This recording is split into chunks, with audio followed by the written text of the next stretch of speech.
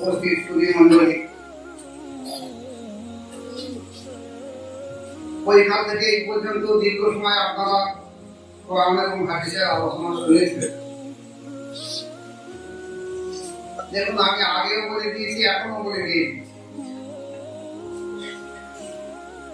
খানকা বা মসজিদের মজলিস হলো পাগলদের মজলিস, প্রেমের মজলিস। মানুষ আসবে, বহু মানুষ আসে, বহু আলেম ওলামা আসে।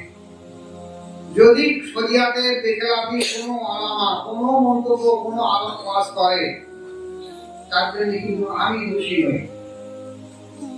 যদি কারোর অসুবিধা লাগে, কোনো আলেমের কোনো আলোচনা আমাকে পরামর্শ করবেন, আমি ভুল ভেঙে দেবো, কারণ আমি আলোচনার দিকে খেয়াল রাখার কোনো সময় পাইনি। যেহেতু দীর্ঘ সময় ধরে এক একজন মুরিদ আসিয়ে তার ভালো কথা বলছে, কেউ বায়াত গ্রহণ করছে, আমাকে সেদিকটা খেয়াল রাখতে হলে আমি 10 দিন ভালো খেয়াল রাখি। যদি কেউ আলোচনা করে থাকে, আমার সঙ্গে বলবে, সেগুলো আমি প্রকাশ করে দেবো, যেটা ঠিক, এটা ঠিক না, এটা ভুল রাখা। আজকে আসুন,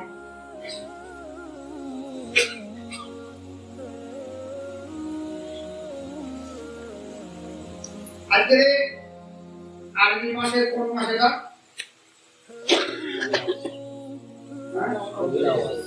রবিউল আউয়াল কি পড়ে গেছে?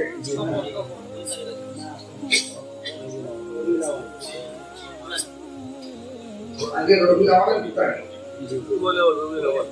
আগামী এই রবিবারের পরের রবিবার 12 রবিউল আউয়াল রাসূল পাক সাল্লাল্লাহু আলাইহি ওয়াসাল্লামের সওয়াব হিসেবে ঈদে মিলাদুন নবী বা খুশির দিন হিসেবে আমাদের এখানে সকাল থেকে জোহর পর্যন্ত, বারোটা হোক, একটা হোক, দুটো হোক, এই পর্যন্ত একটা অনুষ্ঠান থাকবে। প্রত্যেকে চেষ্টা করবে নিজেরা আসা এবং নিজেদের বন্ধু বান্ধব, আত্মীয় স্বজনকে নিয়ে আসা। কারণ এমন একটা জমানা পড়ে গেছে, যে জমানায় আমি গত কিছু সময় আলোচনা করছিলাম যে আমাদের দেশের ওয়াহাবি জমাতরা তারা বলছে যে আল্লাহ রসুলের জমানায় তো রসুলেরকে নবী দিবস, জন্ম দিবস পালন করা হতো না। এক জন্ম দিবস পালন করা হতো, এখনো সারা বিশ্ব জুড়ে হয়। এখন যদি বলে যে না, ওয়াহাবিরা বলে না, আমরা তো দেখতে পাই না। এখন দেখা যাচ্ছে পেঁয়াজটা যদি দিনের বেলা বার হয়, তো সে কিন্তু সূর্যের আলো দেখতে পাবে না, তার রাতির দরকার। যেখানে ওয়াহাবিদের শিক্ষাগুরু হাজী ইমদাদুল্লাহ মহাদের মক্কি রহমাতুল্লাহ আলাইহি থেকে আরম্ভ করে যারা সেই সময়কার বুজুর্গানের দিন ছিল, তারা বলছে যে আমরা রবিউল আউয়াল মাসে মক্কা এবং মদিনা শহরে গিয়ে দেখেছি, অলিতে গলিতে রাসূলের পাক সম্মান সম্পর্কে আলোচনা চলছে, মিঠাই বিলি করা হচ্ছে। অথচ তার পরবর্তী প্রজন্মগুলো বলছে না, এগুলো আসলে সরাসরি আল্লাহ পাকের সঙ্গে কথোপকথন করতে হবে। যে রাসূলের ওসিলার প্রয়োজন নেই, সরাসরি আল্লাহ পাকের সঙ্গে। আরে কোরআন তো বলছে বিসমিল্লাহির রহমানির রহিম, ইয়া আইয়ুহাল্লাযিনা আমানু তাকুল্লাহা ওয়াবতাগু ইলাইহিল ওসিলা। আল্লাহ বলছে, এই ইমানদাররা, তোমরা আমাকে ভয় করো আর আমাকে পাওয়ার জন্য ওসিলা তালাশ করো। এই ওসিলা হিসেবে মুফাসসিরিন বলেছেন যে ওটা মাশায়েখ বা সুফিয়ায়ে কেরামের কথা বলা হয়েছে। তাহলে ওসিলা অবলম্বন করা আল্লাহ পাকের কোরআনের ফরজ আইন। আল্লাহর কোরআনের আইন হুকুম মানে ফরজ আইন, ওসিলা অবলম্বন। সেই কোরআনকে অস্বীকার করে যদি ওয়াহাবিরা, তাদের বিষয়ে কি বলা হবে এটা আপনারা বলুন, আমি বলবো। তার তো প্রকারান্তরে কোরআনকে অস্বীকার করে কি মতলব না? যে ওসিলার প্রয়োজন তবে আল্লাহ, এটা সম্ভব নয়। এখন রাসূলের পাক সাল্লাল্লাহু আলাইহি ওয়াসাল্লামের পর্দা নেওয়ার পরে দেখা গেছে এই দিনটা কিভাবে চলবে। আল্লাহ রাসূলের যে রিসালাত ছিল, নবুয়তের রিসালাত, নবুয়তের কামালাত দেখা গেছে 30 বছর পর্যন্ত বিদ্যমান ছিল। তারপর তো বেলায়েত, নবুয়তের যুগে নবুয়তের কামালাতের যুগ শেষ হয়ে গেল হযরত হাসান রাদিয়াল্লাহু পর্যন্ত। তারপর আসলো বেলায়েত। তা বেলায়েতের যুগে দেখা গেছে ওলিয়া উলিয়াদের সুহবত ছাড়া মানুষ কোনো সময় আল্লাহর নৈকট্য অর্জন করতে পারে। এই কারণে যেসব মানুষ কোরআন হাদিসের বাহ্যিক কিছু জ্ঞান অর্জন করে তারা মনে করে যে আমরা শরীয়তের সবকিছু বুঝে ফেলেছি, এটা সম্পূর্ণ ভুল। ওসিলা অবলম্বন করা ফরজে আইন।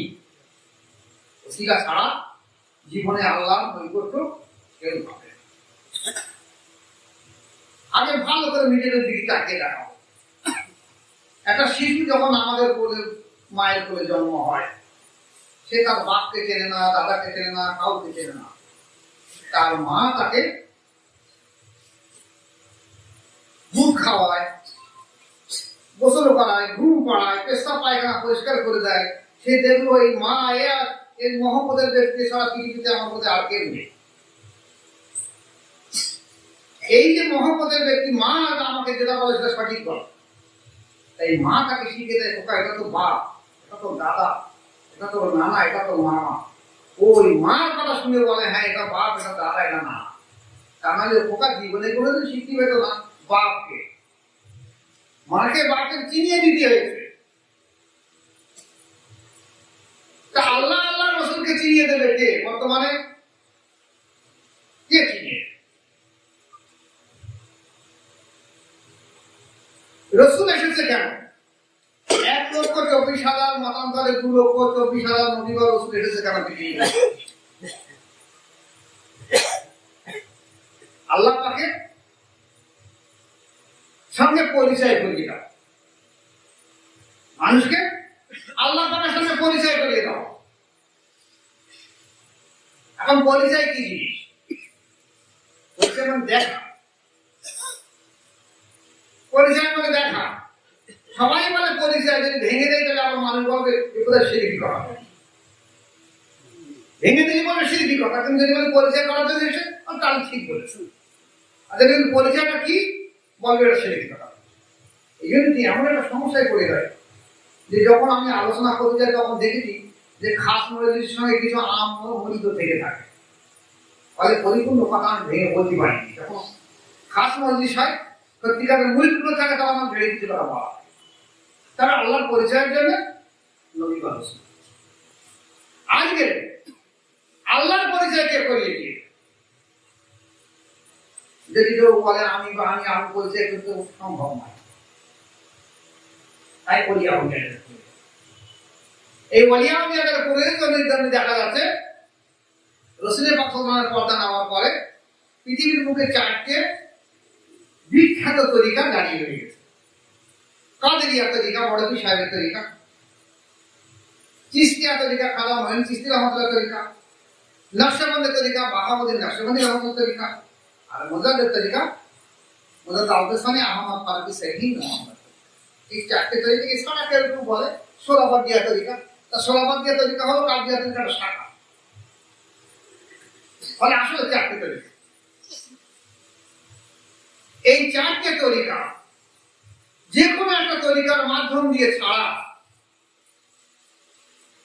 মানুষ জীবনে কোনো সময় আল্লাহর পরিচয় পাবে না। নিজের দিয়ে লাগি সম্ভব নয়। আজকে আমরা এখানে বলতে চাইছি কি মুজাদ্দিদিয়া তরিকা সম্পর্কে নিয়ে উপস্থিত হয়েছি। এই মুজাদ্দিদিয়া তরিকা সম্পর্কে আমরা অধিকাংশ মানুষ জানি না, বুঝি না। আমাদের দেশের মানুষ কি বলে, যেমন দেখা গেছে ভাঙড়ের বুকে একটা স্বনামধন্য আলেম, স্বনামধন্য আলেম।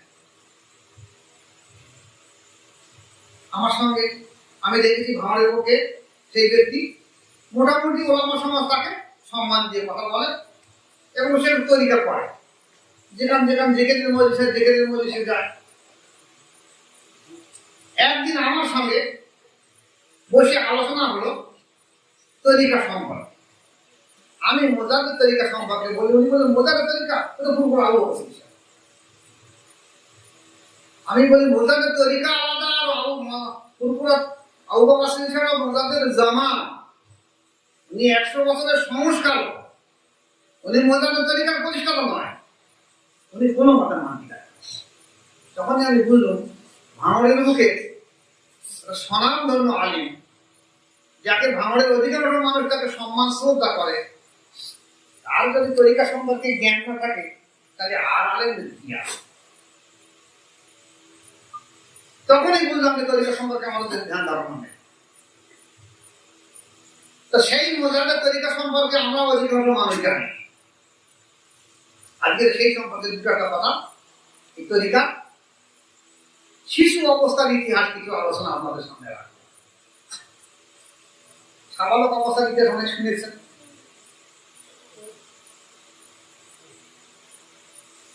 দিল্লির সিংহাসনে তখন আছে ফিরোজ শাহ। কি আছে? ফিরোজ শাহ। ভালো করে ইতিহাস খেয়াল করেন, কারণ হয়তো আমি আমার বর্তমানে হয়তো দেখা যাবে হয়তো আর আলোচনা করতে পারবো না। কথা 62 বছর বয়স, কতদিন থাকবো আল্লাহ পাক জানে, নিজের শরীরের উপরে নিজেই আস্থা রাখতে পারে। তো যেগুলো বলছে এগুলো ভালো করে খেলেন। ফিরোজ শাহ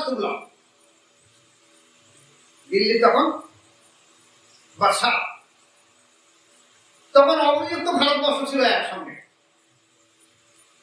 এই বাংলাদেশ, এই পাকিস্তান, এই কাবুল, কান্দাহার, আফগানিস্তান সব ভারতবর্ষের মধ্যে ছিল।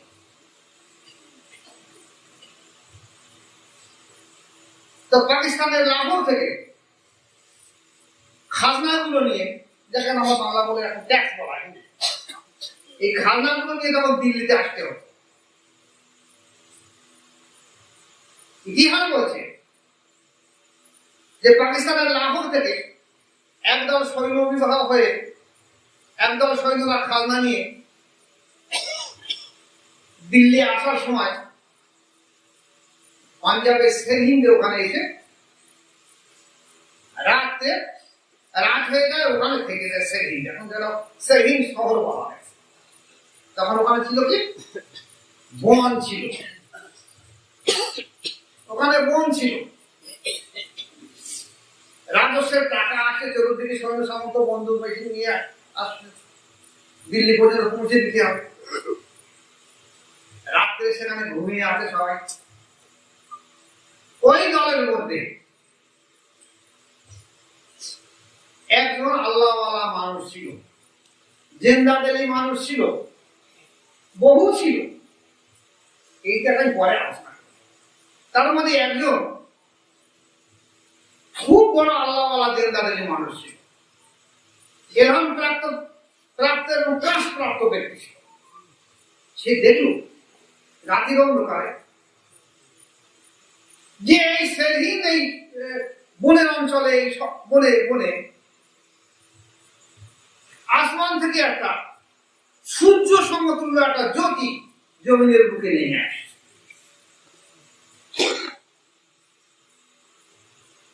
এবং এলহাম হচ্ছে যে রাসূল পাক সাল্লাল্লাহু আলাইহি ওয়াসাল্লামের পর্দা নেওয়ার 1000 বছর পরে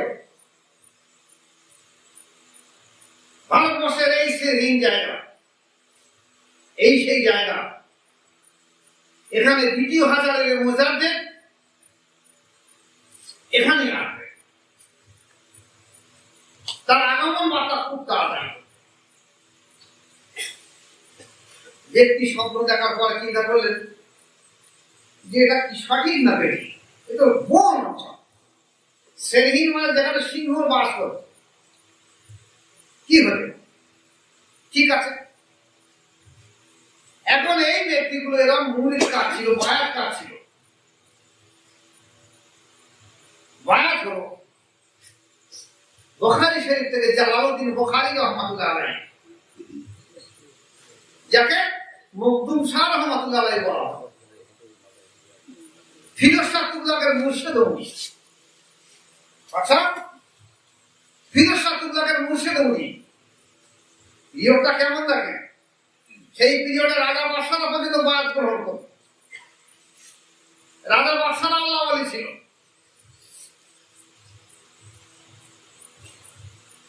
আমরা ছোটবেলায় যখন ইতিহাসগুলো পড়েছি, তখন সেই ইতিহাসের বইতে মোগল পিরিয়ডে ছিল বাদশাহ আওরঙ্গজেবকে জিন্দা পীর বলা হতো। এখন ইতিহাসগুলোকে ভিন্ন ধর্মীয় মানুষরা তারা বাদশাহ আওরঙ্গজেবকে একটা কুখ্যাত বাদশাহ বলে প্রকাশ করছে, কিন্তু ইতিহাস তো কেউ কাটতে পারবে না। যেগুলো লেখা আছে সেগুলো তো কাটার ক্ষমতা কারণ নেই। বাদশাহ আওরঙ্গজেব সত্যিকার আল্লাহ ওলি মানুষ ছিল। রাজত্ব করার পরেও দেখা গেছে জীবনে কোনোদিন ভারতবর্ষের বাদশাহ হয়েও রাজস্বের একটা পয়সা উনি নিয়ে নিজে সংসার জীবন নির্বাহ করেনি। রাজত্ব চালানোর অবসর সময় 5 ওয়াক্ত নামাজ পড়তেন, তাসবিহ তাহলিল করতেন। উনি মাশায়েখ ছিলেন, মুজাদ্দিদ তরিকা। বাদশাহ আওরঙ্গজেব মুজাদ্দিদ তরিকার মাশায়েখ ছিলেন, পীর ছিলেন, খেলাফত প্রাপ্ত। সংসার চলতে কি করে? এই পিরিয়ডের মানুষ কতটা আল্লাহওয়ালা ছিল। হাতে করে আমাদের মেয়েরা যেমন দেখছেন আগে সেই কাঠি কি করে সেই সোয়েটার বা টুপি বুনত। বাদশাহ আওরঙ্গজেব দিল্লির বাদশাহ হয়ে, সারা ভারতবর্ষের শ্রেষ্ঠ বাদশাহ হয়ে নিজে হাতে বসে বসে টুপি সেলাই, টুপি তৈরি। আর হস্তান্তর এত ভালো ছিল, কাগজ নিয়ে অবসর সময় রাতে তাহাজ্জুদ বাদ বসে বসে কোরআন লিখত। তখন এত প্রেটের যুগ হয়। আমার তোদের বলতো যে এই কোরআন না বিক্রি করলে কিন্তু আমার সংসার চলবে না, এই টুপি বিক্রি না হলে আমার সংসার চলবে না। আমার তোরা সেই কোরআন বা সেই টুপিকে বেশি দাম দিয়ে কিনে। বাদশাহ আওরঙ্গজেব কি করতো? সেই টাকার 3 ভাগের 1 ভাগ রেখে দিত নিজের মৃত্যুর পরে নিজের দাফন কাফনের খরচের জন্য। 1 ভাগ নিজে দীর্ঘদিনে একটা কোরআন লেখা যে সময় অতিবাহিত হবে এই সময় খাদ্য বা ভরণ পোষণের জন্য 1 ভাগ রেখে দিত, আর 1 ভাগ আবার কাগজ কলমে লাগ। এই ছিল তাদের আদর্শ। তাদের কি করা? বাদশাহ আওরঙ্গজেবের ঘটনা যখন উল্টো একটা কথা বলে নিয়ে দেয়, কাশী, বর্তমান কাশী, কাশী যখন একটা মন্দির ছিল, ওরা আল্লাহ অবশ্য ছিল। সেই মন্দিরের পুরোহিতি একটা খুব সুন্দর মহিলা মেয়ে ছিল। সেই সময় 1000টা মেয়ের মধ্যে ওই মেয়েকে দেখে বোঝা যাবে যে 1000 মহিলার মধ্যে সর্বোচ্চ সুন্দর, এত সুন্দর। বাদশাহ আলমগীরের উজিরে আজম, উজিরে আজম তার বাড়ি ছিল ওই এলাকা। সে একদিন মন্দিরে গিয়ে দেখলো ওই পুরোহিত মেয়ে মন্দিরে পুজো দিতে এসেছে। এত সুন্দর দেখে উজিরে আজমের লোক বা মোহ হয়ে গেল, এই মেয়েটাকে আমার বিবাহ করতে হবে, না আমার ভোগ দেবো। আমি উজিরে আজম, আমি প্রধানমন্ত্রী, আমার তো বিরাট ক্ষমতা। কি করলো? পুরোহিতকে বললো তোমার মেয়েটাকে সারিয়ে বুঝিয়ে আমার বাড়ি পাঠিয়ে দিয়ে। মেয়েটা দেখলো কিছু বলার নেই, রাজা উজিরে আজমের বিরুদ্ধে কে কথা বলবে? ব্রাহ্মণ কাঁদছে, পুরোহিত কাঁদছে যে মা আমার কি হবে এই অবস্থা। মেয়ে সত্যিকার বুদ্ধি বলছে, কিন্তু রূপসী না, বুদ্ধিমতী বলে। বাবাকে বলছে বাবা তুমি কোনো চিন্তা করো না, তুই এক কাজ কর, উজিরে আজমকে বলো 1 মাস পরে আমার মেয়ে তোমার বাড়ি পৌঁছে যাবে। পালকি করেছিল। উজিরে আজমকে বলার পর উজিরে আজম খুব খুশি, ঠিক আছে 1 মাস কম তারিখে অমুক মাসের অমুক তারিখে আমার মেয়ে তোমার বাড়ি পালকি করে পাঠিয়ে। তখন পালকির চলন। সকাল হলো, মেয়ে ঘোড়ার পিঠে চড়ে পুরুষের পোশাক পরে মাথায় পাগড়ি বেঁধে শিরস্থান নিয়ে ঘোড়ার পিঠে চড়ে দিল্লি চলে যাচ্ছে। বাদশাহ আলমের বাড়ি দেখা করবেন বাদশার সঙ্গে, যাও না উজিরে আজমের অবস্থা হবে।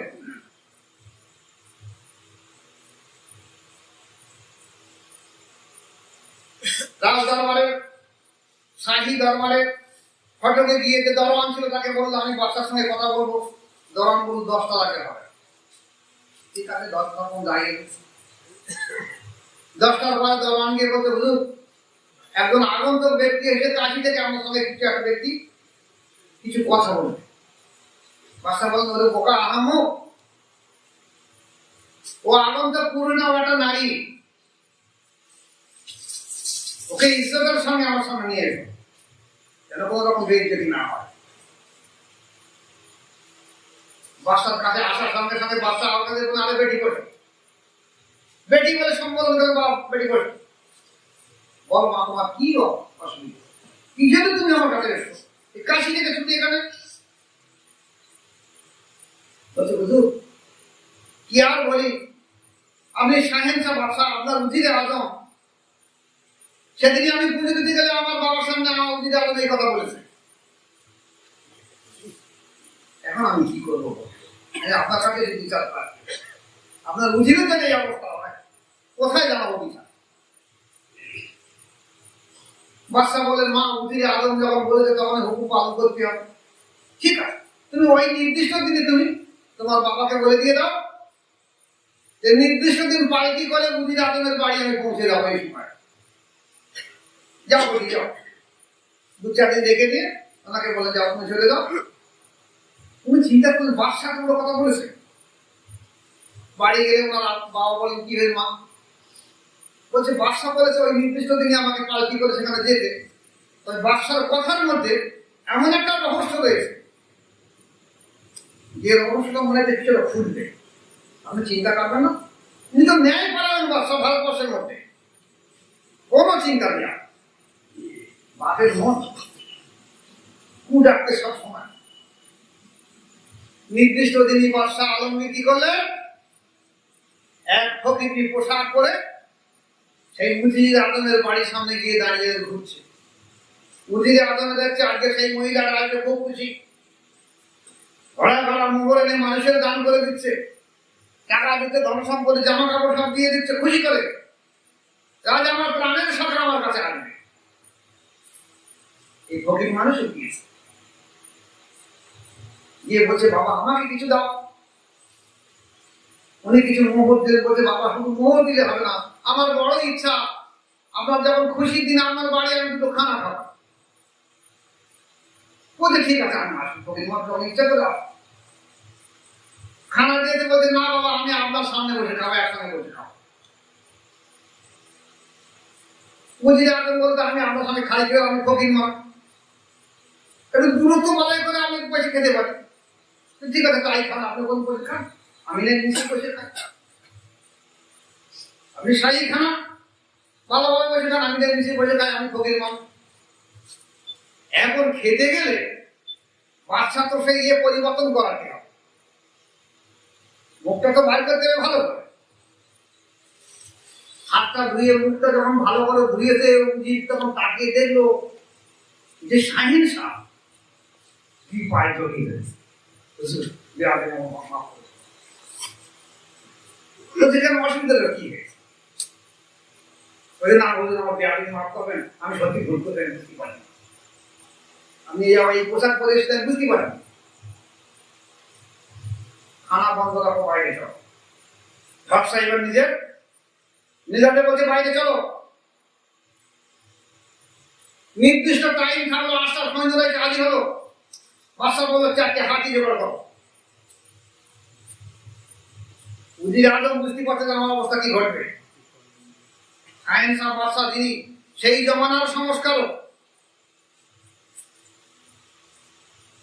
যিনি একজন আল্লাহর ওলি, যিনি একজন খেলাফত প্রাপ্ত ওলি মানুষ, যাকে জিন্দাদের ওলি বলা হতো, যে আজ তার সামনে আমি যা কাজ করেছি আমাদের কি হবে কি বলতে পারছি।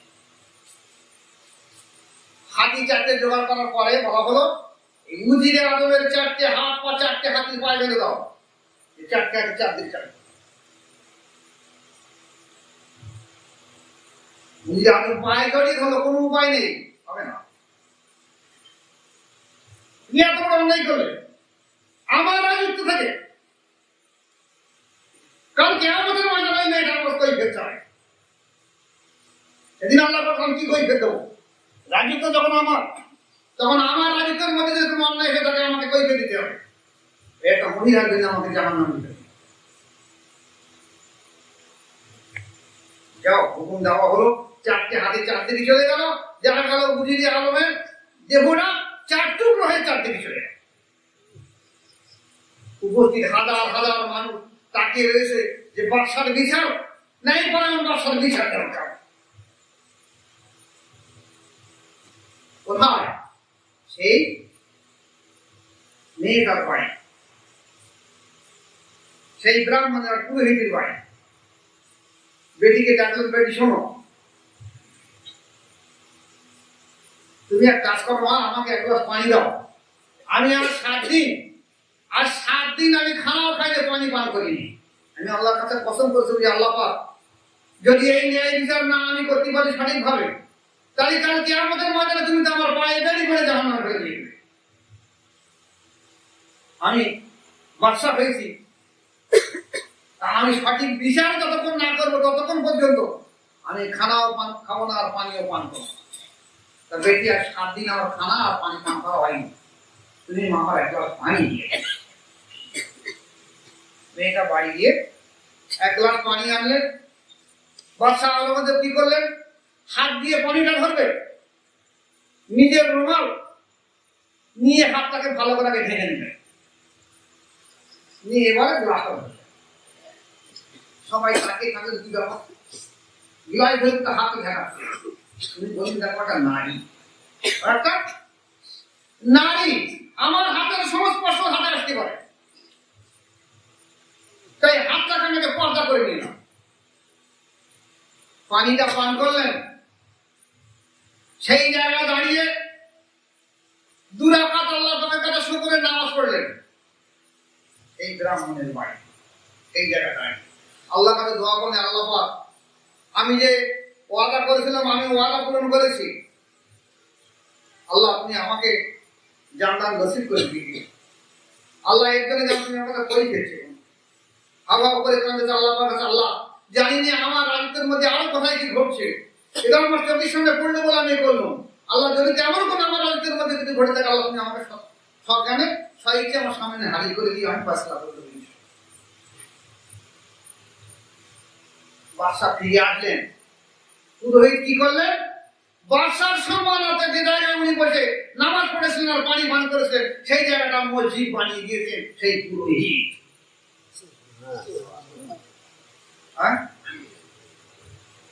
এটা কত বড় বড় আল্লাহর ওলি মানুষ ছিল। আজকে আমাদের দেশে কথাটা কি রকম, তারই সর্বনাশ আর বদমাশ রকম। তাহলে দেখা যাচ্ছে সেই পিরিয়ডে এমনই ছিল। আমরা ছোটবেলা যখন ইতিহাস পড়েছি, সম্রাট বাবরের ছেলের নাম ছিল হুমায়ুন। ইতিহাসের ছবি দেখেছি, হুমায়ুন মৃত্যু সজ্জায় আছে, হুমায়ুনকে শুয়ে রাখা দেওয়া হয়েছে, বাবর মাথায় পাগড়ি বেঁধে হুমায়ুনের পাশে গিয়ে বসে নামাজের কাটায় বসে 2 রাকাত নামাজ পড়ে আল্লাহর কাছে দোয়া করছে, আল্লাহ আমার জীবন নিয়ে আমার সন্তান জীবনটা ফিরিয়ে দাও। আবার এখান থেকে গিয়ে পাশে গিয়ে আবার 2 রাকাত নামাজ পড়ে আবার কাঁদছে। এইভাবে 7 পাক ঘুরছে দীর্ঘ সময় ধরে, 1 দিন 2 দিন 5 দিন 7 দিন। আল্লাহ আপনি আমার জীবনে আমার সন্তান জীবনে ফিরিয়ে দাও। দেখা গেল একটা বাদশার দোয়া কবুল করে আল্লাহ পাক হুমায়ুনকে সুস্থ করে। আর তাদের সম্পর্কে কত রকম বাজে বাজে বাজে বাজে বাজে যাকে আমি যাচ্ছি যদি আলোচনার সময় আসে পরে আলোচনা করে কিন্তু এই সম্পর্কে ফিরোজ শাহতুল্লাহের কথা বলছিলাম। তখন রাজনীতি কেমন ঘটেতে থাকে। ফিরোজ শাহতুল্লাহকে পীর সাহেব নাম হলো জালালউদ্দিন বুখারী ওরকম মখদুম শাহ রহমাতুল্লাহ। এই রাজকর্মচারী গিয়ে ফিরোজ শাহতুল্লাহকে বলেন, হুজুর এখন ফিরোজ শাহতুল্লাহ আর এই রাজকর্মচারী হলো তোমার পীর ভাই মখদুম শাহ বা জালালউদ্দিন বুখারী রহমাতুল্লাহের মুরিদ ফিরোজ শাহতুল্লাহ আবার তিনি পীর ভাইকে বলছেন, হুজুর লাহোর থেকে যখন আমরা খালদা নিয়ে আসি তখন সেই দিন এই বনের মধ্যে ওখানে আমরা এক জায়গায় রাত্রি কাটাই। সেখানে স্বপ্ন দেখেছি যে আসমান থেকে একটা সূর্য এখানে নেমে এসেছে এবং আমাদের করে এলাম হলো যে রাসূল পাক সাল্লাল্লাহু আলাইহি ওয়াসাল্লামের জন্মের 1000 বছর পরে এই জায়গায় 2000 একটা মুজাদ্দিদ আসবে, যার দ্বারা সারা বিশ্ব জুড়ে ইসলামকে আবার নতুন করে পুনর্জন্ম দেওয়া। উনি বলেন, এই বিষয়টা আমি কিছু বলতে পারবো, ঠিক আছে আমার মুর্শিদ যেগুলো আছে মুর্শিদের কাছে বলেন, হুজুর এই ব্যাপারে আমার কি বলা আছে। জালালউদ্দিন বুখারী রহমাতুল্লাহ মখদুম শাহ রহমাতুল্লাহ বলেন যে দেখো আমাদের এই সিলসিলা রাসূল পাক সাল্লাল্লাহু আলাইহি ওয়াসাল্লাম থেকে একটা গোপন ভাবে প্রচলিত হয়ে আছে, গোপন ভাবে সিনাবার সিনা খানদান মান খান্দা বলে বলে বলা হচ্ছে কি যে শেষ জামানায় ভারতবর্ষে সেই হিন্দ শহর বলে একটা শহর হবে পাঞ্জাবের এখানে। এখানে 2000 একজন মুজাদ্দিদ আসবে যার নাম হবে আহমদ পাল এবং সেই হিন্দ তার ভাই। এটা যে সালাত আমাদের কাছে আমরা সবাই জানি, আমি জানি, আমার মুর্শিদ আমাকে জানিয়েছে, আমি আমার তোমাকে জানাচ্ছি, তার মুর্শিদ তাকে জানিয়েছে। এইভাবে রাসূল পাক সাল্লাল্লাহু আলাইহি ওয়াসাল্লাম থেকে এইভাবে বয়ে আসছে। তা বাদশাহ নামদার আপনি ইচ্ছা করলে ওই জায়গাটা শহর আবাদ করতে পারে। উনি তখন কি করলেন, ওনার যে প্রধানমন্ত্রী উজিরে আজমকে বলেন যাও সেই হিন্দে চলে যাও, এই বন কেটে ওখানে শহর বানাও, কিছু না প্রথম অবস্থাটা দুর্গ বানাও, একটা বিরাট বড় দুর্গ 10,000 সৈন্য নিয়ে 10,000 সৈন্য নিয়ে বন কেটে একটা দুর্গ বানানো হচ্ছে। সকাল থেকে সন্ধ্যা পর্যন্ত কাজ করেছে, দুর্গের জগলাই ঘাটা হয়েছে, রাত্রি সবাই ঘুমিয়েছে, সকালে উঠে দেখা গেল যেখানকার সব সেখানে আছে দুর্গ কিছু আর নেই। কি ব্যাপার? আবার তার 12 দিন আবার সেই 10,000 লোক আবার দুর্গ বানানো হচ্ছে, আবার সন্ধ্যা পর্যন্ত কাজ করে আবার দেখা যাচ্ছে সকালে রাত্রে ঘুমিয়ে সকালে উঠে দেখা যাচ্ছে দুর্গের একটা সেখানে যেখানকার সেখানে আছে। আমরা সারাদিন খাচ্ছি কি করবো, একদিন 2 দিন 5 দিন 10 দিন 15 দিন 20 দিন করে এরা এক পেরেশানি হয়ে গেল যে কি ব্যাপার, ভুতুড়ি ব্যাপার নাকি না কোনো জিন ঘটে তো ব্যাপার। কি করলেন, বাদশাহ উজিরে আজম ফিরে গেলেন দিল্লি। বাদশাকে বলেন, বাদশাহ নামদার সে আমরা সেখানে দুর্গা পতন করতে পারছি না। বলছে কেন, কি অসুবিধা, লোক লস্কর কম না টাকা পয়সা কম না কোনো বিদেশি শত্রু আক্রমণ করছে না সেখানে কোনো সেদিন সেখানে সিংহর জঙ্গল সেখানে সিংহর আপনার আক্রমণ করছে। বলছে না সেসব কিছু না, আমরা সারাদিন কাজ করিয়ে 10-20 হাজার সৈন্য নিয়ে দুর্গ যতটা কাদায় সকালে গিয়ে দেখি যেখানে গাড়ি সেখানে দুর্গ কিছু নেই। এখন রহস্য আমরা কিছু বুঝতে পারিনি। উনি বলতেন তো আমার দ্বারা সম্ভব না, আমার মুর্শিদকে তাকে ডাকি। জালালউদ্দিন বুখারী রহমাতুল্লাহকে ডাক করা হলো, হুজুরের রহস্যটা কি বলবো? উনি বলছেন এক কাজ করো, তোমার সৈন্যের মধ্যে আর একটা আল্লাহওয়ালা মানুষ রয়েছে, সে আমার মুরিদ, সে আমার মুরিদ, তার নাম রফিউদ্দিন। এই মজা দর্শন করে এক পুরুষ আগেকার দেখতে এই রফিউদ্দিনকে ডাক করো। রফিউদ্দিন হলো আবার এই উজিরে আজমের আবার আপন ভাই। দেখো মজার জিনিসটা, কত বড় আল্লাহ ওলি মানুষের সাথে দরবার। রফিউদ্দিন রহমাতুল্লাহকে বলা হলো, ওনার মাসায় বলতে বাবা তুমি যাও তো, কি ব্যাপার আমি তো বুঝতে পারছি না, যাও গিয়ে দেখো। উনি গেলেন, কাজ বন্ধ, সমস্ত সৈন্য সামন্ত নিয়ে বসে সব নামাজ বাদ মোরা খাওয়া বসে। ব্যাপারটা কি দেখো, সব কার কি কাজ পাশে, কার কি এখানে বসে দেখো। তো মোরা খাওয়া বাদ বললো, বাবা বলো কার কি হোক, বাবা কি মনে আছে, একরকম বললো, একরকম বললো, একরকম বললো। উনি দেখি বলছেন না, এই যে 10,000 কি 20,000 সৈন্যরা কাজ করছে,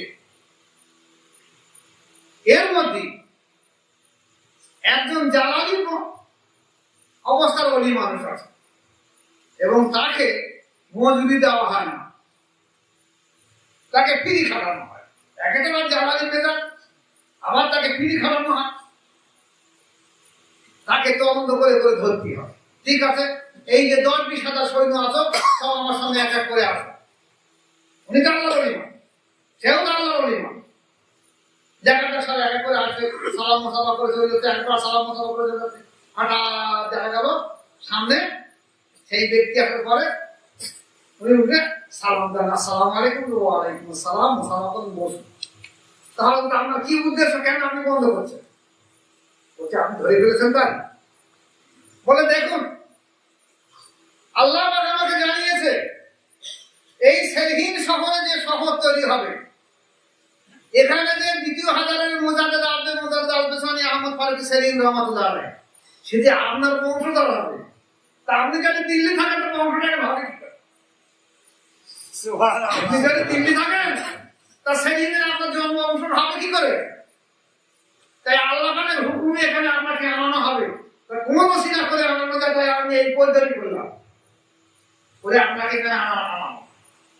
আপনি এখানে থাকুন, আপনাকে দায়িত্ব দিচ্ছি, আপনার মাধ্যম দিয়ে এই শহর বা এই দুর্গ তৈরি হবে এবং আপনাকে এখানে থাকতে হবে, এখানে বিয়ে শাদী করে, এখানে সংসার করে, এখানে করতে হবে। আপনার বংশের মধ্যে আল-বিসানি আহমদ ফারুকী সেরহিন রহমাতুল্লাহ আলাইহি।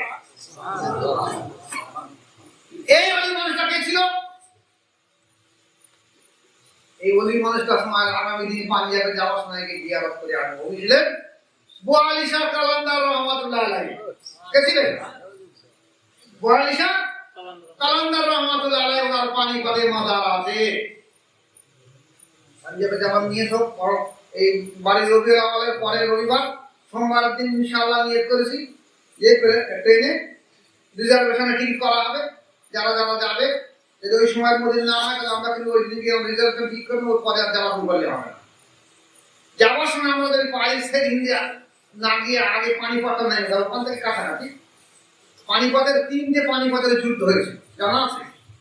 পানিপথের যুদ্ধ 3 জায়গায় হয়েছিল। 3টে যুদ্ধের জায়গা দেখাবো। আমি 2 জায়গায় গেছি, 1 জায়গায় যাইনি, যেতে পারি। দ্বিতীয় পানিপথের যুদ্ধের জায়গাটা আমার যাওয়া হয়নি। প্রথম পানিপথ আর 3য় পানিপথের যুদ্ধ যাওয়া হয়েছে। আল্লাহ দিলে চাই এবার যেতে পারে বোয়ালি শাহ কালান্দার রহমাতুল্লাহ আলাইহির মাজারটা আরেকবার জিয়ারত করব। পানির তলায় উনি বাস করেন, একটা বড় পুকুর আছে, সেই পুকুরের তলায় উনি থাকেন, ওখানে আল্লাহর ইশারা শুনছে। আল্লাহ ওয়ালা মানুষ ছিল কোথায়? বাদশার দরবারে চাকরি করত।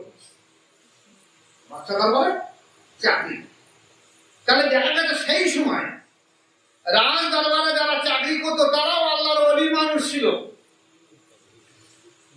আপনি আসুন এই রবি ওদিন রহমতুল্লাহ আলাইহির মাজার শরীফ মুজাদ্দেদ আল-সাদরের মাজার থেকে একটুকুনি পশ্চিমে দেখা যাচ্ছে মাঠের মাজার। আমার মাজার জিয়ারত করে কি আসবো, সেখান থেকে যে আল্লাহকে দাঁড়িয়ে থাকে। মুজাদ্দেদ আল-বিসানি আহমদ ফারুকী সেরহিন রহমাতুল্লাহ আলাইহি উনি যখন বায়াত করতে লাগলেন, তখন দেখা যাচ্ছে সেই সময় ছিল কে? আকবর বাদশাহ। আকবর কে ছিল? আকবর বাদশাহ। আকবর বাদশাহ দ্বীন ইলাহি বাদ দিয়ে, দ্বীন ইসলাম বাদ দিয়ে দ্বীন ইলাহি ধর্ম প্রচার করছে। আকবর বাদশাহ মূর্খ মানুষ ছিল, মূর্খ মানুষ ছিল, লেখাপড়া জানত না। ছোটবেলায় বাপ মরে গেছে। আকবর বাদশাহ তখন ছেলে মানুষ।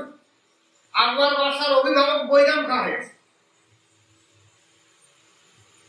সেইটি আকবর বাদশাকে সিংহাসনে বসে থেকে সেইটি রানী যখন বড় হয়ে তখন রাজত্ব তার ঘাড়ে ছেড়ে দিচ্ছে।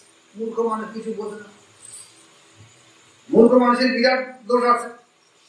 ওকে এমন ভাবে বোঝানো হয়েছে যে দেখো ভারতবর্ষ এই উপমহাদেশ তখন ছিল, হিন্দু খ্রিস্টান জৈন বহু সব ছোট ছোট রাজ্য রয়েছে। তারা যে কোনো সময় আপনার গতি পারে, আপনার ধনের বাড়াতে পারে। তা প্রত্যেকটা ছোট ছোট করম রাজ্যের একটা মেয়েদের যেমন বিয়ে করে, তাই আপনি তাদের জামাই হয়ে যাবেন আপনারা সঙ্গে। এই বোকা খারা উই আরম্ভ। এখন যদি বউয়ের অধিকার ভাগ ওই দলে হয়ে থাকে, তারা কি করে? কেউ সূর্য প্রণাম করবে, কেউ মূর্তি পুজো করবে, কেউ ঠাকুর রাখবে। আর তার জন্য আকবর বাদশাকে বলা হয়েছে কি মহানুভাব আকবর বাদশা, মহামতি মহানুভাব আকবর বাদশা। কারণ ও সকালবেলা সূর্য প্রণাম করবে। আর বউদের বলেছে হারিম খারি মিলেছে যে তার ধর্ম তাই করবে, আমার দেখার দরকার। তো যে হিন্দু ধর্ম করে, যে খ্রিস্টান ধর্ম করে, যে জৈন ধর্ম করে, যে বৌদ্ধ ধর্ম করে, ওরা কোনো দেখা না, নিজের ধর্ম করে। ওর দরকার আগে তো ঠিক না।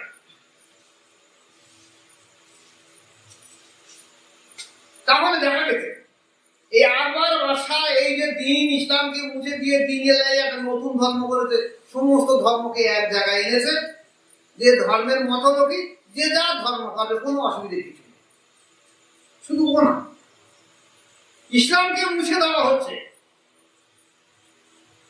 যেখানে দেখা গেছে আজকের যদি একটা পুরুষের স্ত্রী মেলামেশা করে, কিংবা স্বপ্ন দোষ হয়, ফরজ দোষ হয়, ফরজ হয়।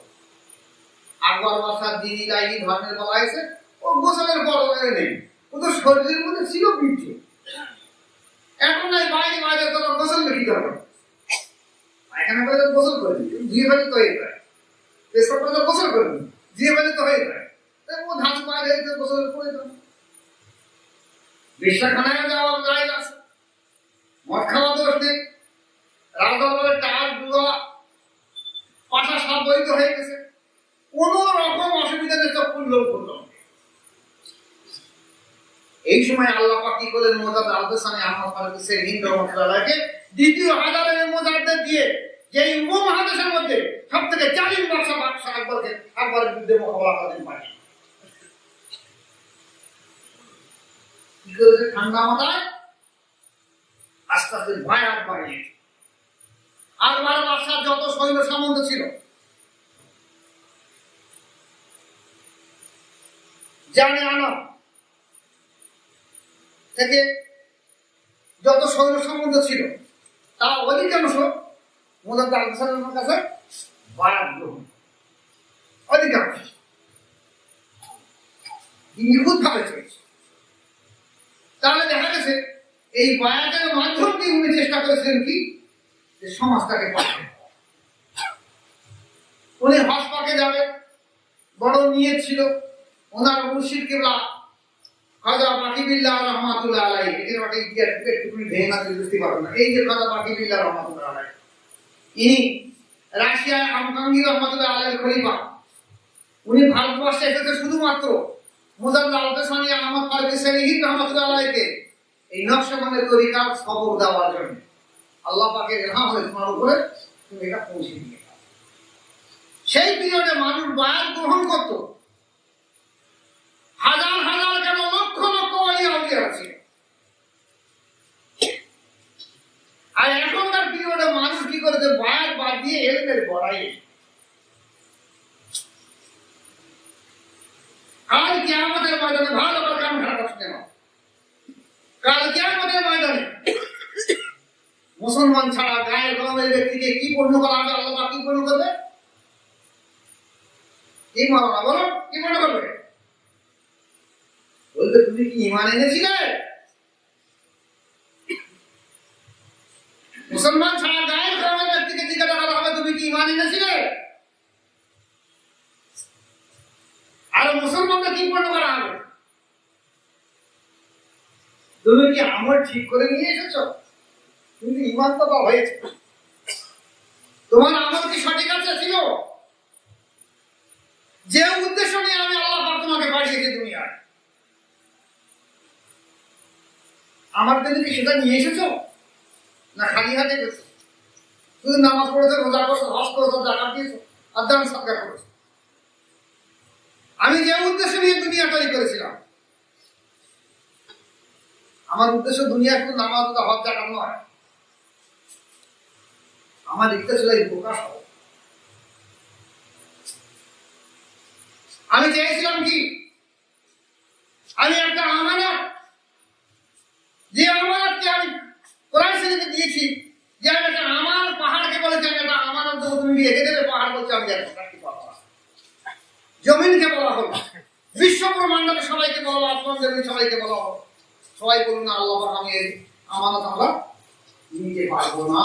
সেই আমানত আমি ইনসান, আমি তোমার অন্তঃকরণে দিয়ে দিচ্ছি সেই আমানত। সেই কলটাকে দিয়েছি আমানত, সেই কলবের ভিতরে আমার ইমানত, আমার ইবাদত থাকবে, সেটাই হলো তোমার আমানত। তুমি সেই অন্তরটা সুস্থ করে এনেছো, তুমি নামাজ পড়েছো, তোমার অন্তর সুস্থ শুদ্ধ নেই, তোমার আমার সঙ্গে সম্পর্ক ছিল না। তুমি নামাজ পড়েছো, আমাকে বাদ দিয়ে, অন্তরকে বাদ দিয়ে নফসানিয়াত হিসেবে নামাজ পড়েছো। তোমার মুর্শিদ হলো, তোমার খোদা হলো তোমার নফস, আমি তোমার খোদা নই। অতএব তোমার যদি কিছু চাওয়া পাওয়া থাকে, তুমি তোমার নফসের কাছে যাও, তুমি তোমার শয়তানের কাছে যাও, আমি তোমার খোদা নই। তুমি তো আমাকে কি বলবে, আমাকে চেনো, আমাকে দেখুনি, আমার সম্পর্কে তোমার কোনো ধারণা ছিল না। তাহলে যে এত বড়টা আমানত আল্লাহ পাক আমাদেরকে ইনসানের মধ্যে দিয়ে দিয়েছে, যে আমার সম্পর্কে পৃথিবীর কেউ নিতে চাইনি। আল্লাহ পাক আদম আলাইহিস সালামকে জিজ্ঞাসা করেছে, আদম তুমি কি এই আমানতটা নেবে? এই পাহাড় বলছে নেবো না, জমিন বলছে নেবো না, আসমান বলছে নেবো না, গ্রহ নক্ষত্র বলছে নেবো না, এত বড় আমানত আমার হেফাজত করতে পারবো না, এই আমানতে আদম তুমি কি নেবে? আদম বলে হ্যাঁ আল্লাহ পাক আমি আমানত নেব। কারণ আদমের ভেতরে প্রেম ছিল, এশ ছিল আল্লাহ পাক। এই আল্লাহর হুকুম আল্লাহ যখন বলেছে হ্যাঁ, আর তার কারণে আজ মানুষ হলো আস্থাপূর্ণ লোকাল। কিসের কারণে? অন্তরের কারণে, যে আমানত রেখে দিতে তার জন্য তুমি আস্থাপূর্ণ লোকাল।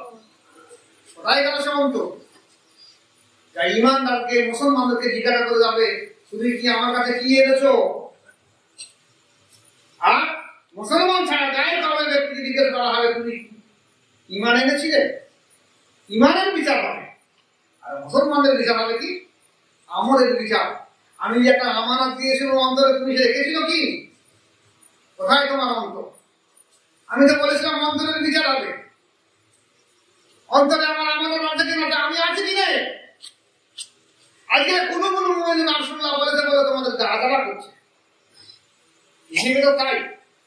হ্যাঁ ঠিক আছে, হাদিস না সহিহ না হতে পারে, কিন্তু মুমিনের অন্তঃকরণে যে আল্লাহ পাকের আরশ মুহাম্মদের তুমি এটা না মেনে নাও, তাহলে এটা মেনে নাও যে আল্লাহ পাকের আমানত তোমার অন্তরে এসেছে। আল্লাহ পাকের আমানত মানে তো আল্লাহ পাকের।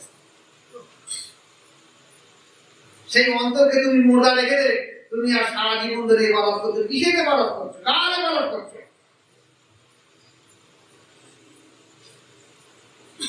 তুমি যার ইবাদত করেছিলে তার কাছে তুমি তোমার বদলা চাও, আমি তোমাদের পুরো বলবে। এখন সেই অন্তর সম্পর্কে আমাদের দেশে আজকে এমনই একটা অবস্থা ঘটে গেছে, অন্তর জিন্দা সম্পর্কে মানুষের কোনো ধারণা নেই। আমার কাছে, আমাদের এখানে আসি, আমি যখন ভাঙড়ের মুখে তরিকা প্রচার করছি, তখন দেখা যাচ্ছে কিছু কিছু মাথায় কিসা বিকৃত করছে। আমি অত নাম টাম বলছি না, কিন্তু যখন দেখা যাচ্ছে আমি উত্তরের দিকে যাচ্ছি, বীরভূম, মুর্শিদাবাদ, মালদা, উত্তর দিনাজপুর, দক্ষিণ দিনাজপুর দিকে যাচ্ছি, তখন দেখা যাচ্ছে আবার আর একটা জমা, তার একটা পিসা, তারাও বিরোধিতা করছে। মানে এখানেও শান্তি নেই, সেখানেও শান্তি নেই। এই বিষয়ের দিকে আলোচনা করে দেখা গেছে ইনি দুজন কাটিয়া তরিকার আর একজন চিস্তিয়া তরিকার মাসায়, একজন কাটিয়া তরিকার, দুজন চিস্তিয়া তরিকার মাসায় এখানে আলোচনা হচ্ছে আমাদের এলাকায়। দেখা গেছে তাদের মুড়ির প্রধাকে অনেক মুড়িদের সামনে থেকে কথাবার্তা হচ্ছে। আমি জিজ্ঞাসা করলাম যে আপনার অন্তর সম্পর্কে ধারণা কি? বলছে আমার অন্তর আল্লাহ জেগের করে কিনা জানেন না, আল্লাহ ভালো বলতে পারেন, আমি কি করবো? আমি কি বলতে পারি? কিছু আলেমকে আমি জিজ্ঞাসা করেছি, সে পেশা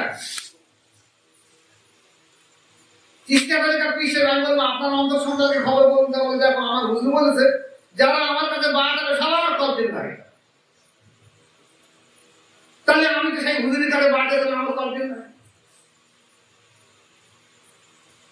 আমি আর নাম বললে অনেকে ছড়িয়ে দেয়।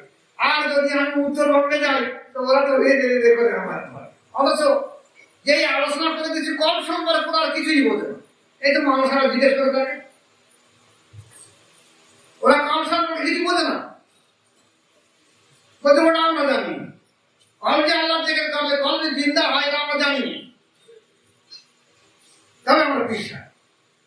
আমি 3 জায়গায় খেলাফত পেয়েছি, ও বলে 5 জায়গায়, ও বলে আমি 7 জায়গায় খেলাফত পেয়েছি। আমি 7টা পৃথিবীতে খেলাফত পেয়েছি, কিন্তু আমার কল দিন না, কারণ আমার অন্তরে এখনো আল্লাহ পাকে হেফাজত হয়নি। এই আল্লাহ পাকে হেফাজত অন্তরে রেখে দিয়ে এবার তুমি মুজাহিদা করো নফসের বিরুদ্ধে।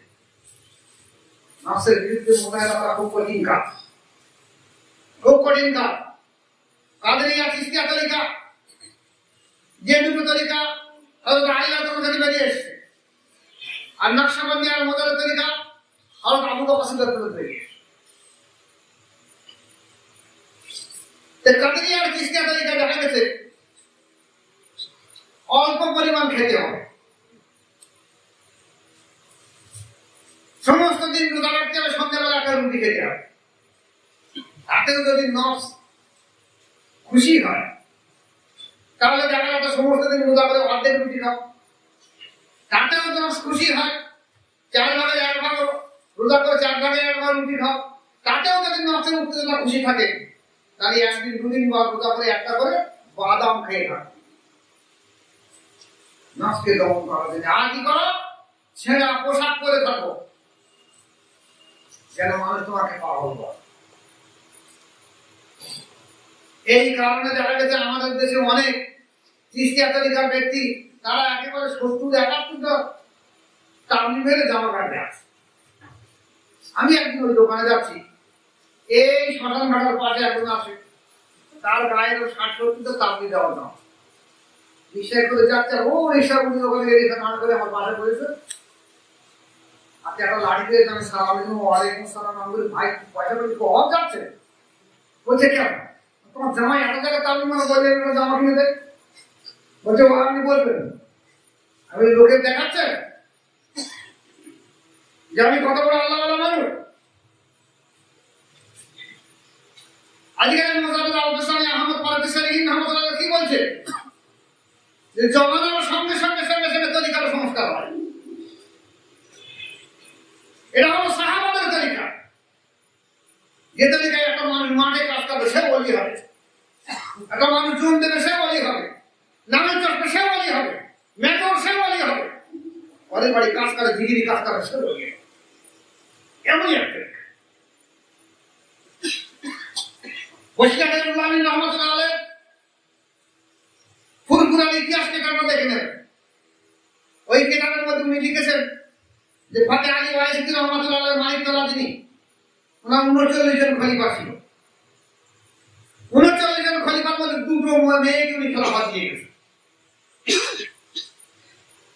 2টো মেয়ের মধ্যে ওনার মেয়ে একটা ছিল জোহরা খাতুন,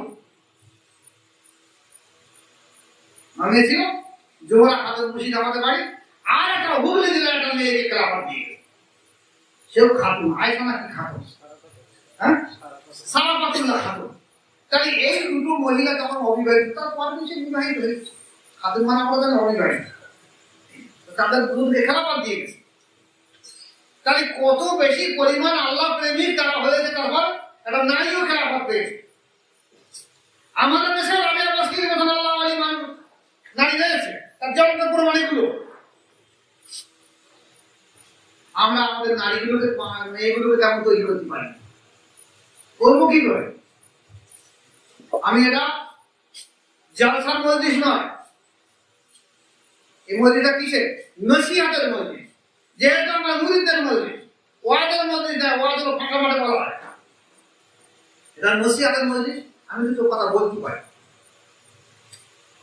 বিরূপ মনোভাব নিলে হবে না। যারা কাছে এই জমানায় এমন একটা সময় কেটেছে, এই তো বলুন যে বহু তরিকা কাদিরিয়া চিশতিয়া তরিকার পীর সাহেবরা তাদের কলমিদের নামে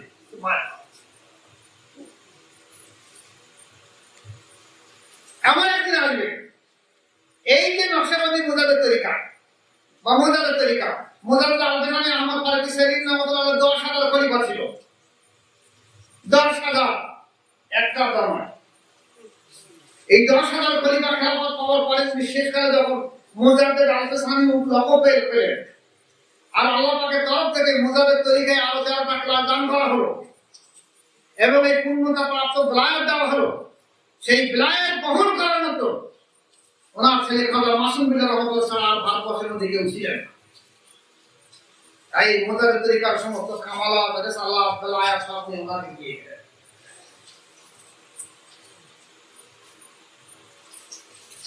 খাজা মাসুম বিল্লাহ রহমাতুল্লাহ আলাইহির 700 খলিফা ছিল।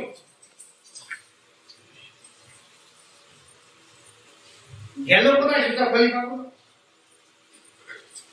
তারপর তাদের আরো তো খেলাফত ছিল। আমি আমার মুরিদদের বলেছি, দেখো তোমরা যারা খেলাফত পেয়ে তোমরা কিন্তু কিছু হোক না, এখন তরিকাটা শুরু করছো, একদিন বাপের হোটেলে খেয়েছো, যা করে বাপ করে। এখন তোমাকে দায়িত্ব দেওয়া হচ্ছে প্রচুর পাতায় পানি দিতে, যেমন প্রচুর পাতা চললে পানি পড়ে যায়, খেলাফতটায় তেমন যদি তুমি রাখতে পারো থাকবে, না রাখতে পারো তোমার নষ্ট হয়ে যাবে, ধ্বংস হয়ে যাবে। এখন থেকে তুমি কঠোর মুজাহিদা করো। তুমি যদি এখন সেই মুজাহিদা না করে সেটা চ্যাটের দিকে তাকাও, ধ্বংস হয়ে যাবে, ধ্বংস হয়ে যাবে। বেশি দেরি লাগবে না, হয়তো আমি দেখে যাবো, আবার পর ভবিষ্যৎ হয়ে যাবে। এত সহজ জিনিস নয়। আমার দায়িত্ব কি ছিল? একজন ব্যক্তিকে রাসূলের সঙ্গে পরিচয় করে দিয়ে দাও, আল্লাহ পাকের সঙ্গে পরিচয় করে দিয়ে দাও, এবার তুমি তোমার হুকুম কাঁধে নিয়ে নেবে। আজকে তার ইলহামের দরজা বন্ধ হয়নি, কাশফের দরজা বন্ধ হয়নি। তাই ইলহামের দরজা যদি বন্ধ না হয় থাকে, কাশফের দরজা যদি বন্ধ না থাকে, তাহলে আল্লাহ পাকের সঙ্গে তোমার সম্পর্ক করে দাও, তুমি সেখান থেকে এবার তুমি যাও। উনি সর্বনাশ। তুমি যদি মনে করো যে আমি মসজিদের কাছে খেলাফত দিয়েছি, আমি একদম হয়ে গেছি, আমার আর মসজিদের কাছে যেতে হবে না, ওরা ডিম হয়ে যাবে। এত সহজ নয়। কঠোর সাধ্য সাধনা করো, নফসের বিরুদ্ধে মুজাহিদা করো। নফসে আম্মারা এমনই একটা জিনিস যে আল্লাহ পাক এই মানুষের ভিতরে দিয়েছে, যেমন একটা মানুষের ভিতরে একটা দুটো আত্মা দিতে, একটা জীবাত্মা, একটা পরমাত্মা, একটা রূহ, একটা নফস। এই নফসকে দিয়েছে আল্লাহ পাক দিয়েছে কেন? শুধুমাত্র দেখতে চাচ্ছে যে মানুষ আমার ইবাদত করে, স্মরণ করে না, নফসের গোলামি করে, শয়তানের গোলামি করে। যার জন্য আমাদের তরিকার উদ্বোধন মনে করে দেওয়া হলো, পরে করবে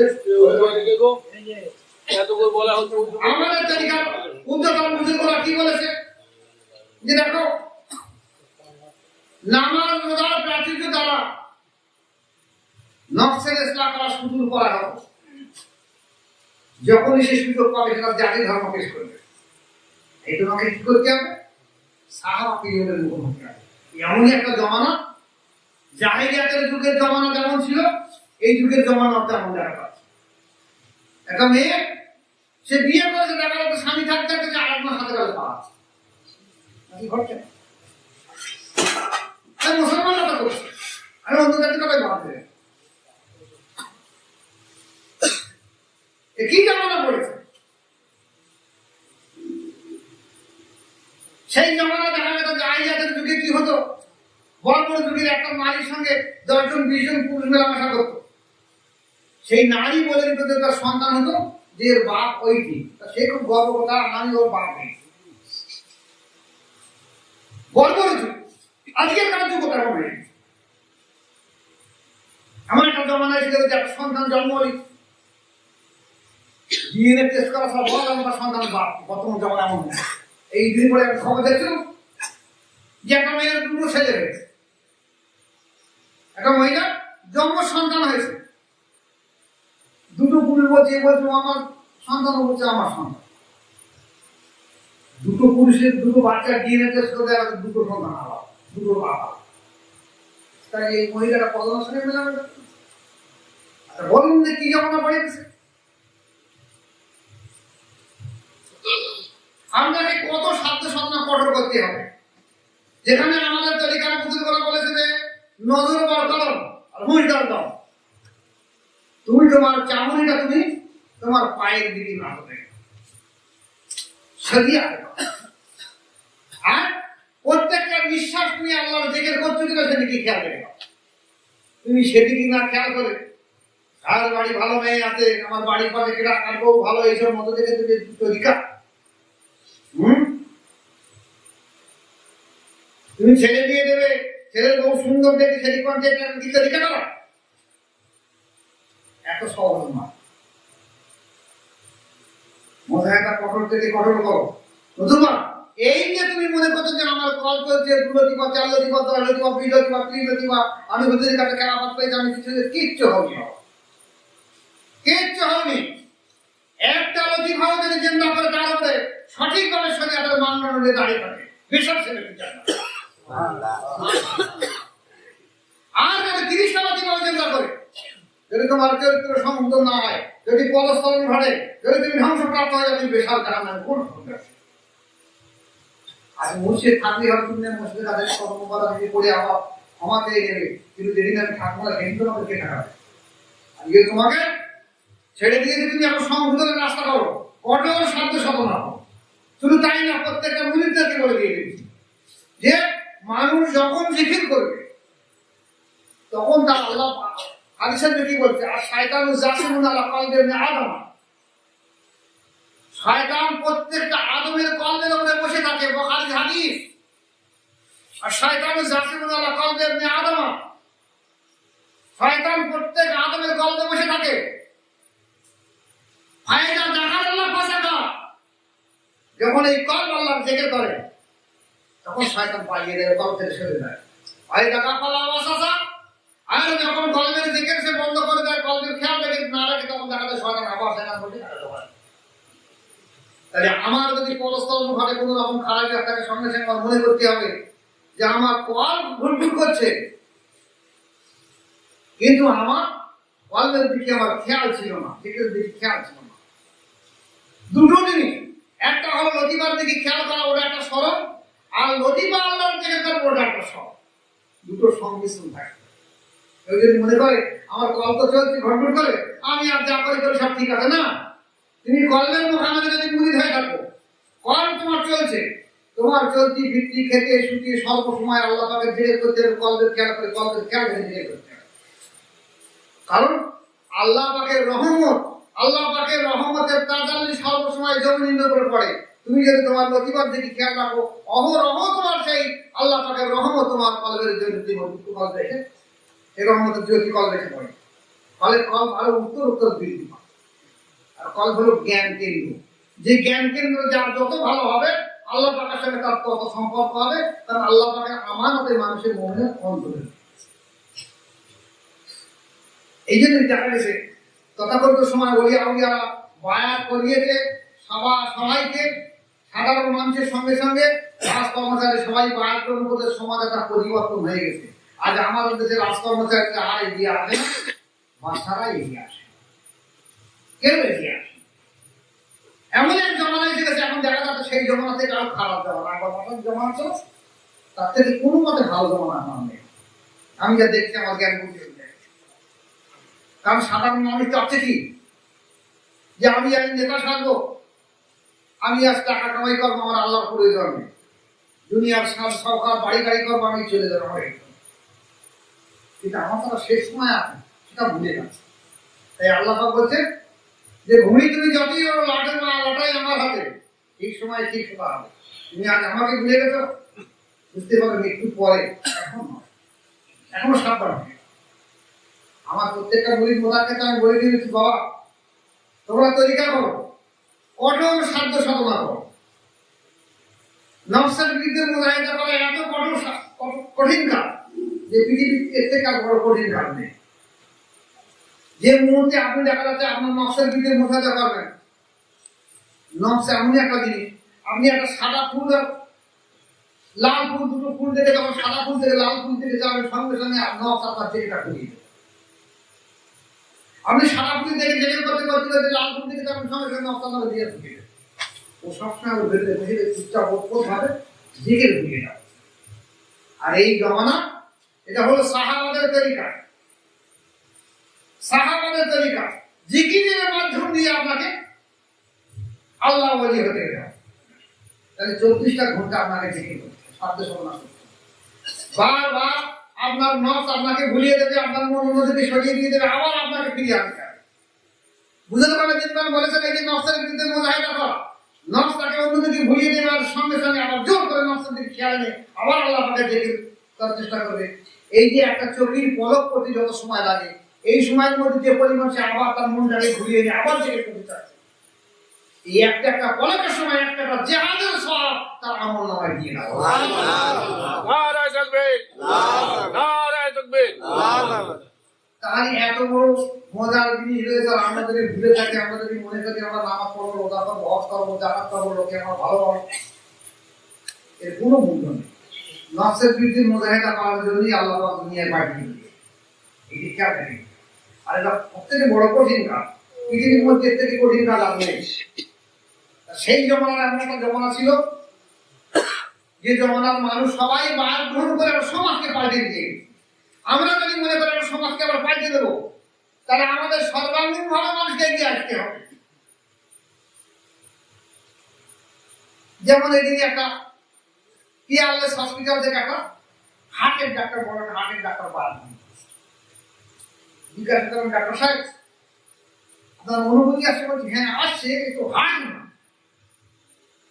যে হার্টের যে অনুভূতি সেটা তো এমনি আসবে না, কিন্তু হার্ট না, দেখছি অনুভূতি আসে। তা আমাকে বলে যে আপনার এলাকায় যদি কোনো আপনার কোনো মুড়ি কোথায় বা আমার কোনো ভিড় হয় যে হাটের রুগী থাকে আমার কাছে পাঠিয়ে দেবেন, আমি বাড়িতে চিকিৎসা। তাহলে এইভাবে কিছু মাস্টার এসেছে, কিছু আলেম ওলামা এসেছে, আমরা চাচ্ছি কি সর্বাঙ্গীন ভাবে সব শ্রেণীর মানুষ আল্লাহর ওলি হোক, তাই একটা সমাজ পাল্টে যাবে। শুধু আমরা যদি মুসলিমেও এই যে 200, 500, 700, 1000 মানুষ বাদ গ্রহণ করে যদি মনে করি আমরা ভালো হয়ে যাবো, ওটা সমাজ পাল্টাতে পারবো না। আর এই সমাজ পাল্টাতে গেলে দেখা যাচ্ছে আমাদের বৃহৎ জমা নিয়ে এগিয়ে আসতে হবে।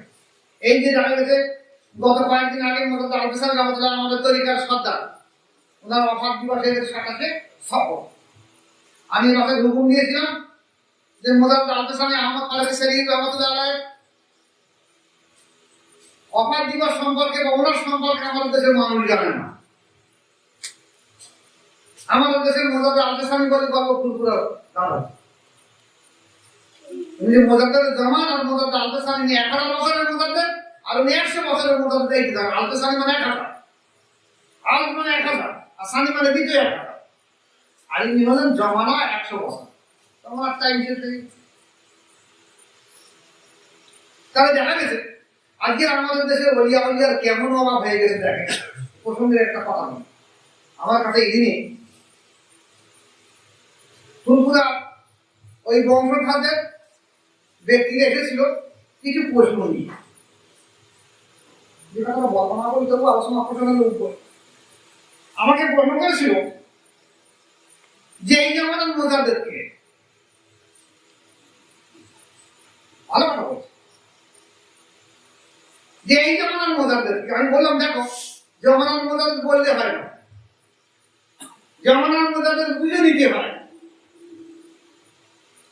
তুমি তরিকার বায়াতের কাজকাম করো, আল্লাহ পরন্ত ভাবে তোমাকে জানিয়ে দিবে এই জামানার মোজাদ্দেদকে।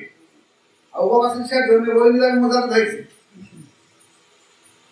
আল্লাহ পাক সেই সময় ওলিয়া ওলিয়াকে জানিয়ে দিয়েছেন মোজাদ্দেদের জামান। এই জামানায় আমার তেমনই আছে। তবু আপনি বলবেন না, আমি বলো, আমি যদি বলি আপনি তো উনি বলবেন না, আমি যদি বলি উনি আপনি বলবেন না। অর্থাৎ আপনি তরিকার কাজ করুন, আল্লাহ পাকের সঙ্গে যখন আপনার সম্পর্ক তৈরি হয়ে যাবে আপনি জানতে পারবেন এই জমানার মধ্যে। মানুষ এই জমানার এমনই হয়ে গেছে, একটা জমানা চলতে জমানার সংস্কারকে চিনতে পারো না। হাদিস শরীফে এসে সেই জমানার মানুষ যে জমানার সংস্কারক তাকে যদি না জেনে, তাহলে সেই ইমান নিয়ে দুনিয়ায় দিতে পারবে। তাহলে এত কটা হাদিস জানার পরে এই জমানার সংস্কারককে তারা চিনতে পারবে, তারা কি করে ইমান নিয়ে বাড়বে? তাই প্রত্যেকে নিজেরা বায়াত গ্রহণ করে কাজকাম করে সাধ্য সাধনা করুন এবং অন্যান্য মানুষগুলোকে দাওয়াত পৌঁছে দেয়। আর আপনারা কেমন তরিকার কাজকাম করছেন, যে আল্লাহ পাকের সঙ্গে আপনাদের সম্পর্ক কেমন হচ্ছে, ইলহাম থাকবে, কাজ থাকবে, সব কিছু থাকবে, তাহলে তো তরিকা করা। সাধ্য সাধনা করুন, কঠোর থেকে কঠোর সাধ্য সাধনা করুন। আমার দোয়া থাকলো, কারণ আমারও বয়স হয়ে গেছে, আল্লাহ পাক কতদিন আমাকে বাঁচিয়ে রাখবে আমিও বলতে পারছি না।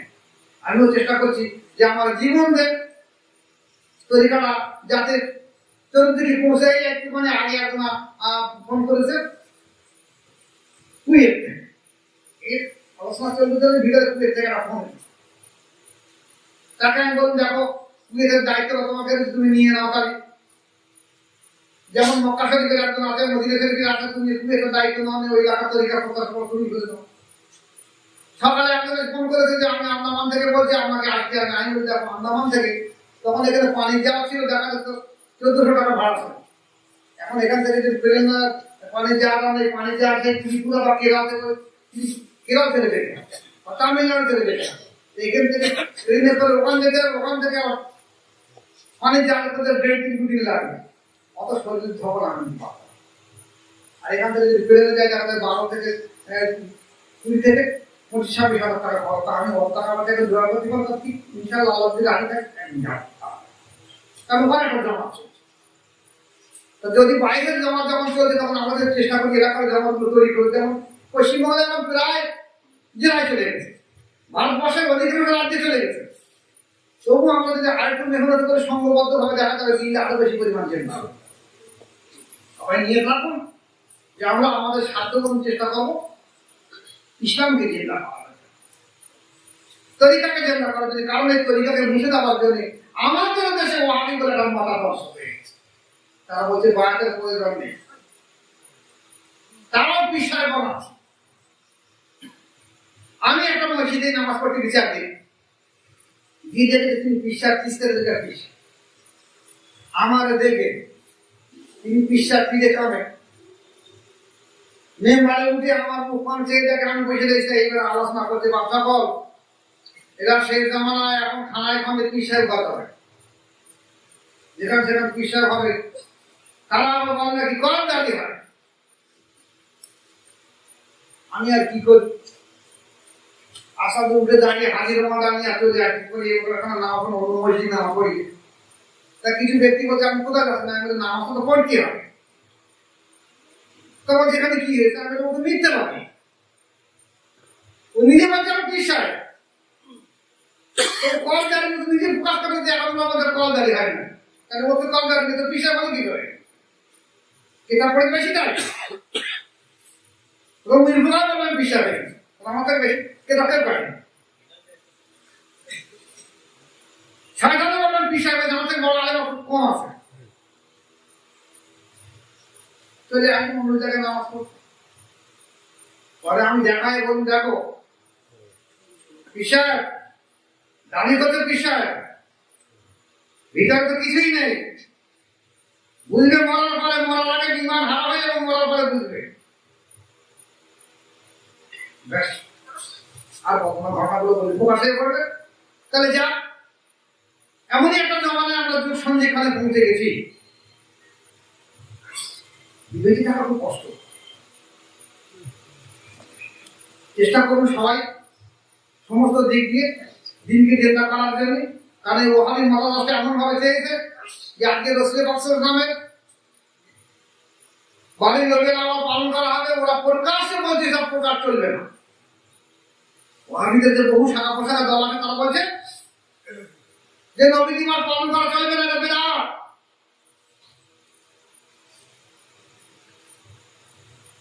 আরে নবী পাক সাল্লাল্লাহু সম্মান সম্পর্কে তুই অত বড় কথা বলার সঙ্গে সঙ্গে বেশান্তি জাহান্নামী শয়তানের কথা কোন সন্দেহ নেই।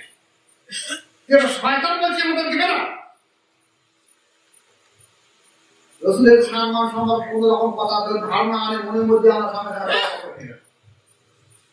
তাই আগামী নবী দিবস শুধু এখানে নয়, আমরা তো এখানে করবো সকাল থেকে। আপনার চেষ্টা করবেন সবাই আসা এবং সবাইকে দাওয়াত পৌঁছে দেওয়া। এছাড়া আপনার প্রত্যেকে এলাকায় প্রত্যেকে বাড়িতে যদি সম্ভব হয়ে ওঠে ইসলামে একটা ঝান্ডা পুঁতে দেবেন বাড়ির দরজায় বা উপায়। কারণ আমরা তো বিজেপি বিজেপির পতাকা তোলে, কেউ সিপিএমের পতাকা তোলে, কেউ টিএমসির পতাকা তোলে, কেউ কংগ্রেসের পতাকা তোলে, ঝান্ডারে ঘরে পুরোটা বাড়িটা। তা আমরা একটা ইসলামের পতাকা তুলে দেয়, আর কি প্রত্যেকে চেষ্টা করবেন কমসে কম প্রত্যেকে অন্তত 1 কেজি সুজি 1 কেজি চিনি নিয়ে একটু পায়েস রান্না করে বাচ্চাদেরকে বিক্রি করে দেবেন, একটু কোরআন তেলাওয়াত করবেন, যদি রোজা সম্ভব হয় তো শরীর উঠে রোজা রাখবেন, একটু কোরআন তেলাওয়াত করবেন, যদি কোরআন পড়ি না পারেন তো সূরা ফাতিহা 1 বার সূরা ইখলাস 3 বার 11 বার দরুদ শরীফ পড়ে 2-4 রাকাত নামাজ পড়ে একটু আল্লাহর কাছে দোয়া করবেন যে খাস করে রাসূল সাল্লাল্লাহু আলাইহি ওয়াসাল্লামের আগের এই নবী দিবসের উদ্দেশ্যে এই সবটা পৌঁছে দিয়ে দিও। কারণ আমরা যখন এখানে আল্লাহ রাসূলের যখন সালাম পৌঁছে দেবো, আল্লাহ রাসূল বলছেন যে একটা ফেরেশতা থাকে সদা সর্বদা সেই সালামটা আল্লাহ রাসূলের মাথার পর্যন্ত পৌঁছে দেওয়া। তাহলে আমরা যখন যেখানে আল্লাহ রাসূলের সম্মানের জন্য কিছু অনুষ্ঠান করব, আল্লাহর রহমতের ফেরেশতা আসলে ওগুলোকে আল্লাহ রাসূলের সামনে গিয়ে পৌঁছে দিয়ে তাহলে আমাদের রাসূলের ফরমাবার্তা, আমাদের রাসূলের জন্য অন্তর কাঁদে, এটা অন্তর প্রকাশ হয়ে পড়বে।